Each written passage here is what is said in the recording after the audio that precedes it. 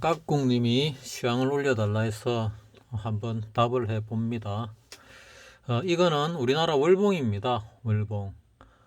내가 바라보는 우리나라, 종목을 작전을 하지요. 종목을 작전을 합니다. 업종도 작전을 합니다. 크게 보면 나라도 작전을 합니다. 내가 볼 때, 일본을 갖다가 세계 2등 국가를 만든 나라가 미국이죠. 미국이 패권을 가지고 있었으니까 2차 세계대전 이후에 그 미국이 일본을 작전을 했습니다. 일본을 작전을 해가지고 일본의 부를 싹 빼갔지요. 그 다음에 2등 국가가 중국이 됐습니다. 미국이 자체 문제로 정신없을 때 중국을 키워줬는데 그 중국이 많이 커가지고 2등 국가가 되었습니다. 그 중국을 또 이제 뭐 죽인다 그러는데 뭐 내가 볼 때 경제적으로 보면은 작전에 들어가지 않았나. 중국의 부를 빼갈 것이다. 그럼 다음 2등 국가는 누가 될 것이냐? 인도? 베트남도 한번 키우려고 했는데 크기도 전에 바보짓을 하는 바람에 지금 망하고 있는 중이죠. 한번 방향이 반대쪽으로 움직이면은 덩치가 큰 국가 같은 경우는 전환되기가 힘들 겁니다. 사람 인생도 한번 방향이 정해지면은 잘 나가다가 방향이 거꾸로 정해지면은 다시 일어서기가 굉장히 힘들거든요. 국가는 더 힘듭니다. 아주 특별한 사람이 나타나가지고 방향을 틀지 않는 한 그런 일이 일어나지 않는다 보시면 맞습니다. 우리나라는 걸출한 대통령들이 나타나서 우리나라의 방향을 바꿨지요. 그 바꾼 방향을 다시 이상한 쪽으로 바꾸려고 했는데 뭐 결국은 못 바꾸지 않았나 뭐 이런 생각을 합니다. 그 와중에 우리나라도 작전이 들어온 것 같아 생각을 합니다. 작전의 첫 시발점은 이때죠. IMF 때 한번 들어왔습니다. 들어와가지고 IMF 이전에는 우리나라 그러니까 외국 자본이 우리나라에 못 들어왔습니다. 막아놨거든요. 그리고 IMF 이후에 풀기 시작했습니다. 그리고 이 리먼 사태 이후에 거의 완전히 풀었죠. 리먼 사태 지나고 몇 년 있다가 전 세계 자금이 마음대로 들락거릴 수 있게 풀어놨습니다.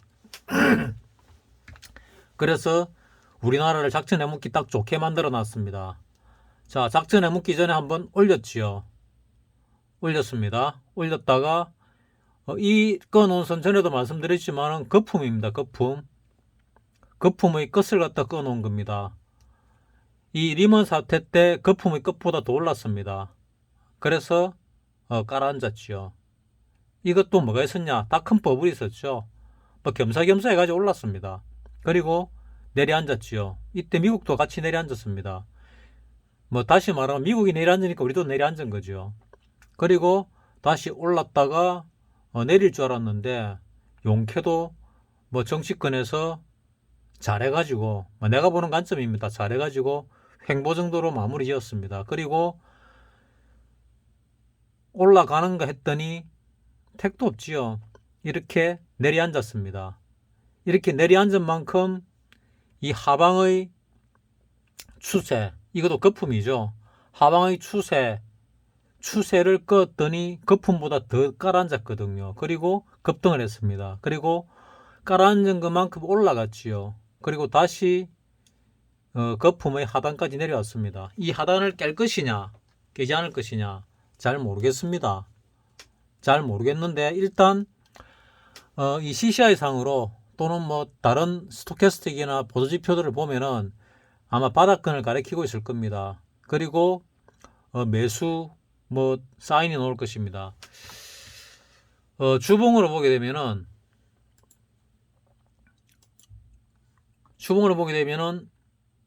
이 추세를 뚫고 21선을 뚫고 올라갔지요. 올라가서 내렸다가 추세를 뚫고 다시 올랐습니다. 이번에 이 내려올 때 이 추세를 뚫고 내려가지 않느냐가 중요한데 아마도 뚫고 내려갈 가능성은 거의 없지 않나 하는 생각을 하는데 모르죠. 올랐다가 내릴지. 어쨌거나 나는 조금 오르지 않을까 생각을 합니다. 조금 오르지 않을까. 일봉으로 볼 때.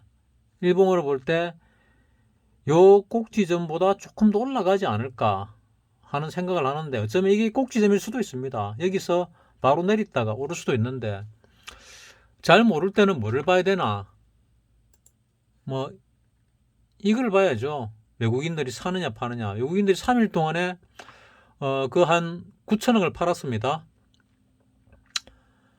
한 일주일을 치면은 대략 한 1조 정도를 팔았지요. 1조 천억. 많이 팔았습니다. 각국님이 313을 갖다가 예측을 했었죠. 종가가 대충 313점 얼마니까 뭐 비슷하게 맞았죠. 요 종가가 일봉으로 볼 때 313점 얼마 내려왔었습니다.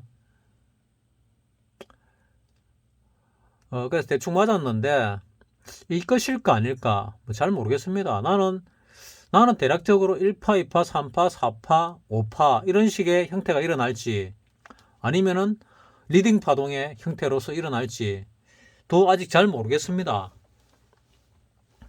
이걸 꼭대기 치고 내려오는 거라면은 한번 뭐 큰 하락이 있지 않을까 뭐 생각도 합니다. 큰 하락이 있으면은 거기 바닥이겠지요. 그리고 재차 올라갈 것이다.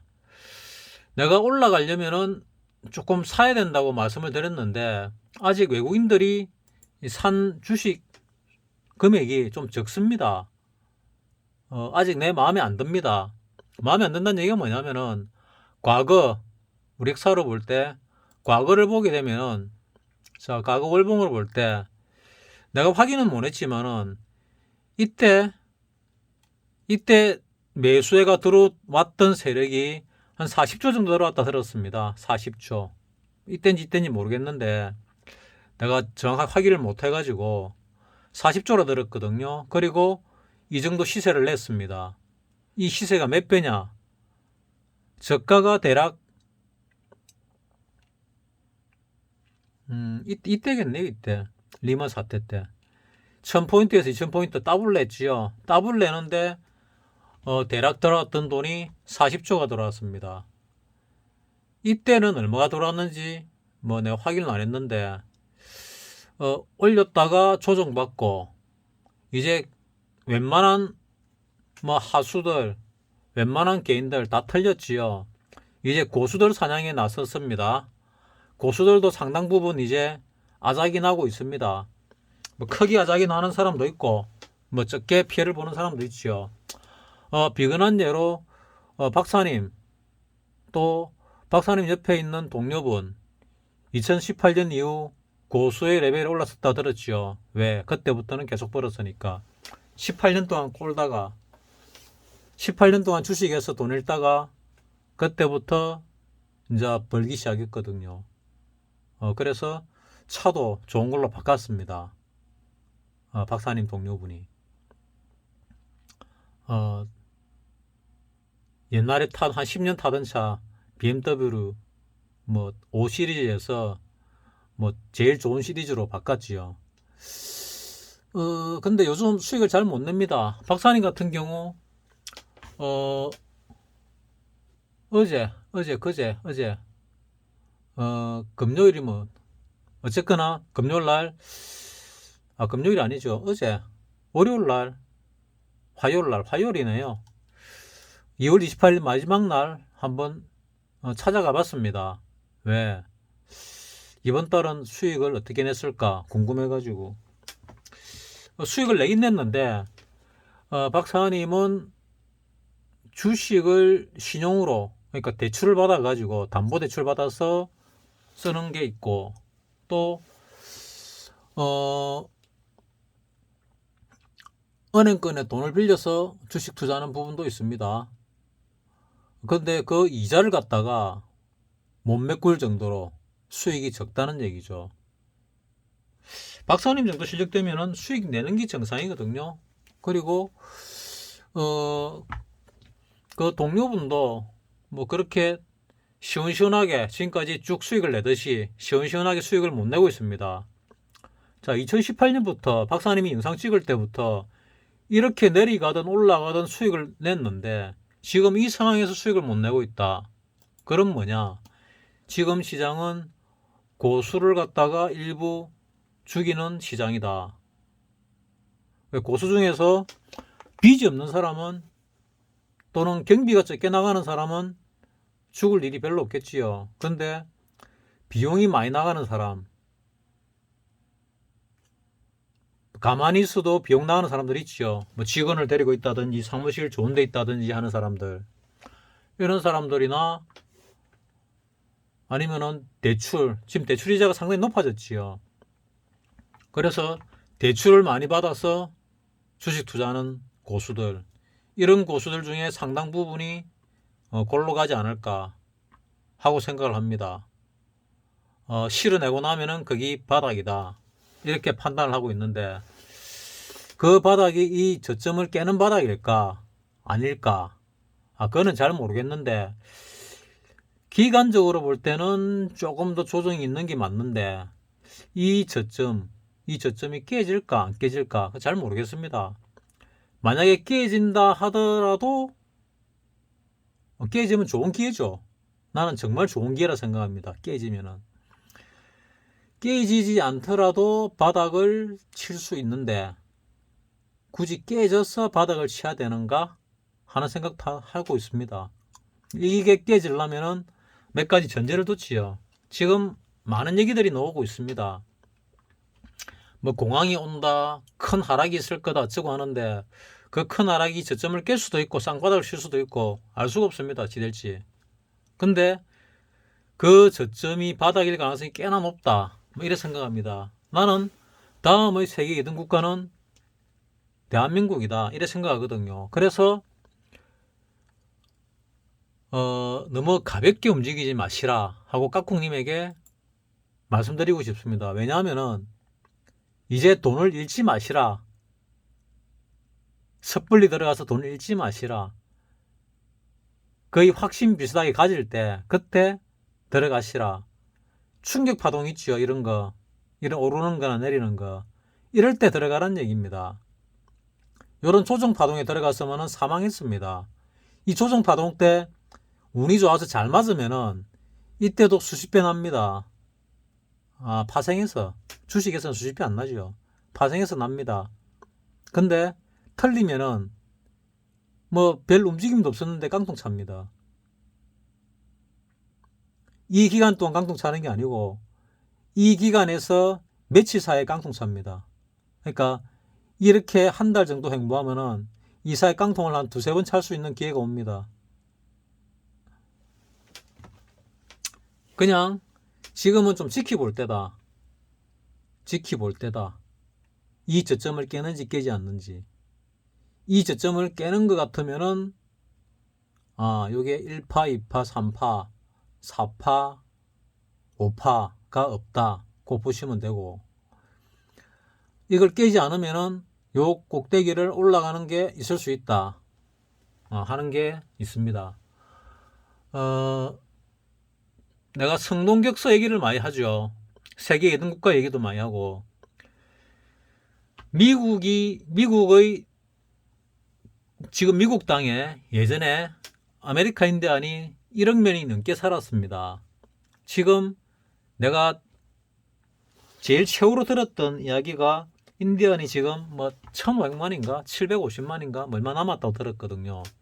그래서 인디언이 보호종으로 지정되어 있다고 들었습니다.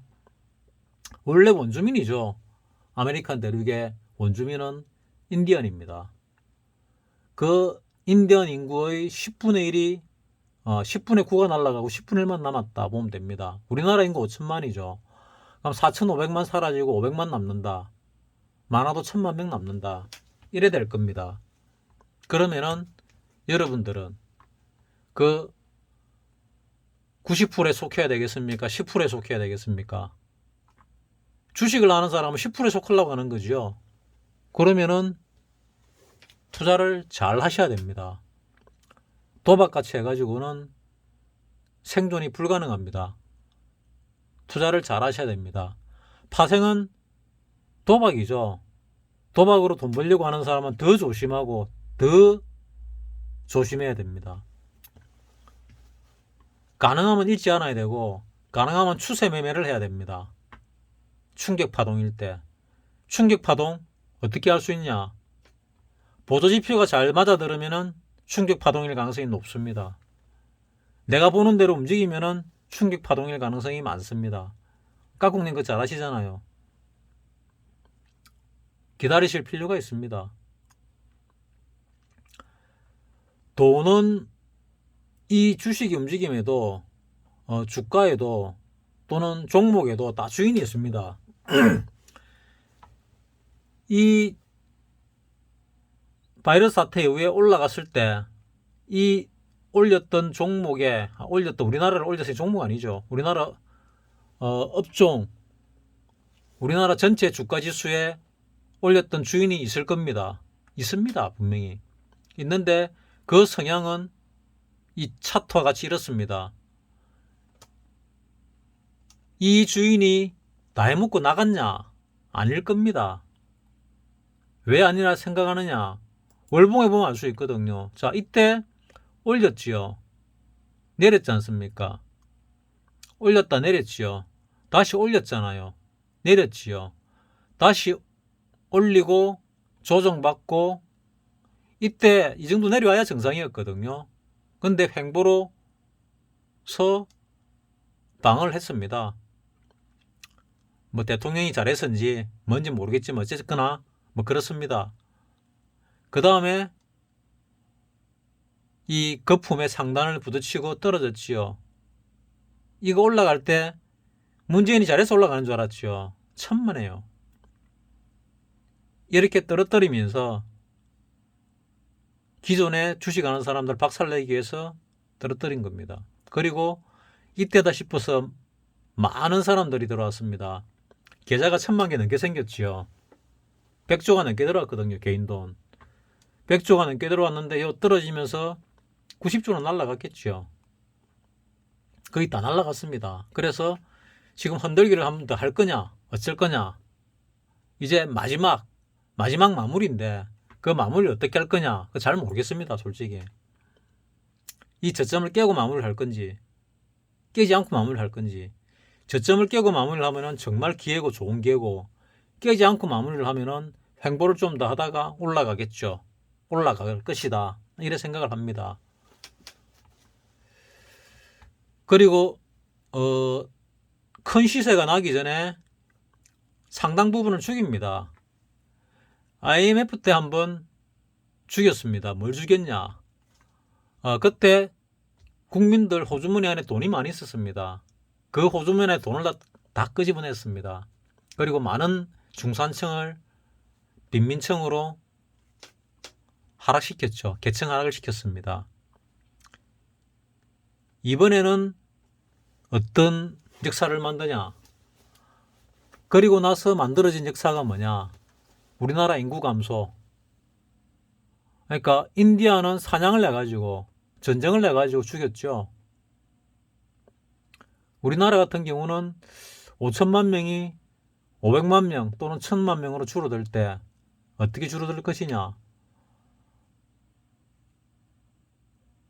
뭐 동물로 얘기하면 새끼를 까지 않아서 그렇게 되는 겁니다. 새끼를 못 가게 하는 거죠. 지금 30대 40대 결혼 안 하고 결혼 안 하고 애들 안 놓은 사람들 자기 의지로 그랬다고 생각을 하겠죠.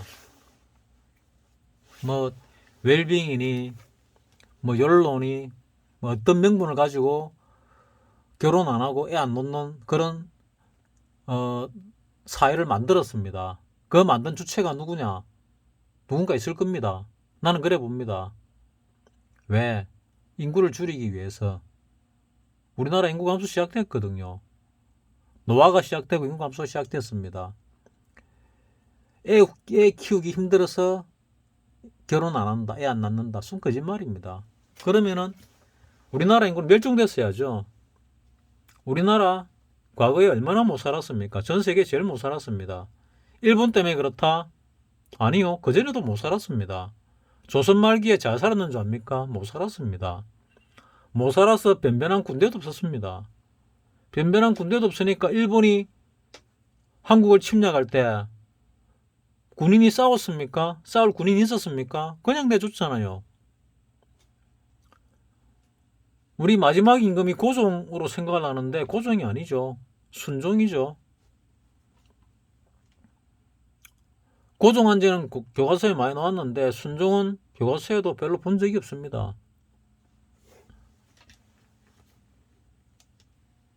자, 어쨌거나 대한민국을 작전 들어갔다 나는 생각을 합니다. 작전 들어갔는데 몇 년짜리 작전이냐? 잘 모르겠습니다. 자, 작전을 갖다가 IMF 때부터 들어갔고 이제는 큰 작전이 들어갔다. 언제부터? 바이러스 사태 때부터. 세상이 바뀌고 있습니다. 산업이 바뀝니다. 뭐 떨어진다고 주구장창 주장하는 사람이 있습니다. 그 주장하는 사람들 자기 학교 다닐 때 생각해 보세요. 그 주장하는 사람들이 보통 뭐 50대 60대들이 많던데 학교 다닐 때 생각해 보세요. 얼마나 못 살았는가. 그때로 돌아간다. 웃기는 소리죠. 90년대 응답하라 뭐 1988 80년대면 도 상당히 못 살았지요.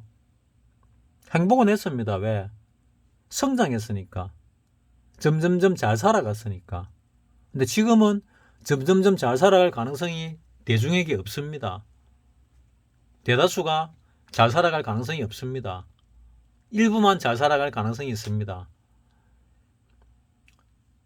자기 직업을 가지고 있는 사람들, 그리고 재테크를 하는 사람들 중에 성공한 사람들이 거기에 속할 겁니다.